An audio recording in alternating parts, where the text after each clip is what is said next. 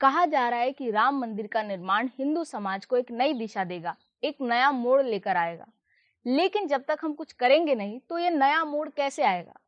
यह अवश्य है कि राम मंदिर के निर्माण से पूरे देश में एक नई ऊर्जा है, लेकिन यदि इस ऊर्जा को सही दिशा नहीं दी जाए, तो यह विसर्जित हो जाएगी। ऐसे में क्या दिशा दी जाए? डेमोग्राफिक चेंज यानी जनसांख्यिकी परिवर्तन को रोकने के लिए तर्क दिया जाता है कि धर्मांतरण को रोकने वाले कानून लाए जाएं।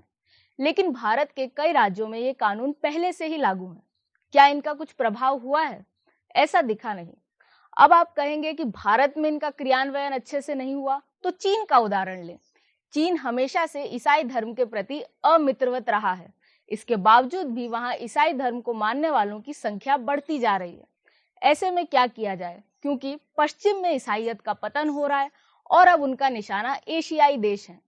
यह तर्क अवश्य दिया जा सकता है कि धर्मांतरण के लिए बाहर से आने वाली राशि पर रोक लगाई जाए, लेकिन धर्मांतरण पर ही रोक लगा देना हिंदू धर्म के पक्ष में नहीं है।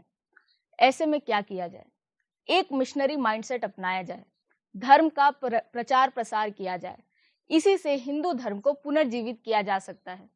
अब आप कहेंगे कि हिंदू धर्म एक मिशनरी धर्म नहीं है, तो संभवतः आप गलत हैं, क्योंकि यदि ऐसा नहीं होता तो पूरे दक्षिण पूर्व एशिया में हिंदू धर्म का विस्तार कैसे होता? आदि शंकराचार्य क्या करते थे? वे धर्म का प्रचार प्रसार ही करते थे। देश भर में घूम घूम कर अलग अलग स्थानों पर वाद विवाद करते थे ताकि अद्वैत को स्थापित किया जा सके। उन्होंने देश के 4 कोनों में मठों की भी स्थापना की। यह एक प्रकार का मिशनरी ही है। ऐसे में हिंदू धर्म को भी इसी प्रकार आगे बढ़ना होगा। फिर भी यदि आप मिशनरी की ऐतिहासिकता से सहमत नहीं हैं, तो वर्तमान परिप्रेक्ष्य ले लीजिए। दूसरे मतों की विस्तारवादी और धर्मांतरण नीतियों से हमारे पास कोई विकल्प नहीं बचा है सिवाय मिशनरी माइंडसेट अपनाने के लिए। अब कुछ लोग आलसवश या अज्ञानतावश कुछ तर्क देते हैं कि हमें कुछ करने की आवश्यकता नहीं है, तो मैं इन तर्कों का खंडन करना चाहूंगी, ऐसे 5 तर्कों का। सबसे पहला तर्क ये कि हम 1000 वर्षों तक टिके रहे हैं, तो आगे आने वाले 1000 वर्षों तक भी टिके रहेंगे। लेकिन टिके रहे कैसे? पाकिस्तान और बांग्लादेश को अपने भूभाग से अलग करके, करोड़ों धर्मांतरण करके? इसे टिके रहना नहीं कहा जा सकता। इसके अलावा कोई भी धर्म हमेशा टिका नहीं रहता। इसमें पतन, उतार चढ़ाव ये सब होता रहता है। भारत में एक समय में बौद्ध धर्म भी प्रचलित था, लेकिन फिर हिंदू धर्म ने अपने आप को फिर से सुदृढ़ किया और बौद्ध धर्म एक अल्पसंख्यक रह गया।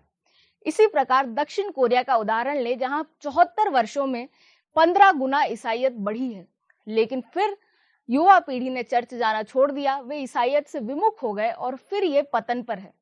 इसलिए किसी भी धर्म को बढ़ने या सिमटने में ज्यादा समय नहीं लगता, इसलिए हमें तैयार रहना चाहिए। दूसरा तर्क दिया जाता है कि हम उदारवादी हैं, कोई किसी भी विचार को माने, हमें इससे कोई समस्या नहीं।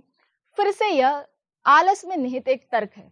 ऐसा इसलिए क्योंकि अगर हम इसी तरह सीमाएं खोलते रहे हिंदू धर्म की, परिभाषित न करें कि हिंदू धर्म को मानने वाले या जो नए लोग इसे अपनाएंगे उन्हें क्या मिलेगा, तो हिंदू धर्म इसी तरह से सिकुड़ता जाएगा और शशि थरूर जैसे लोग भी द हिंदू वे जैसी पुस्तक लिख देंगे।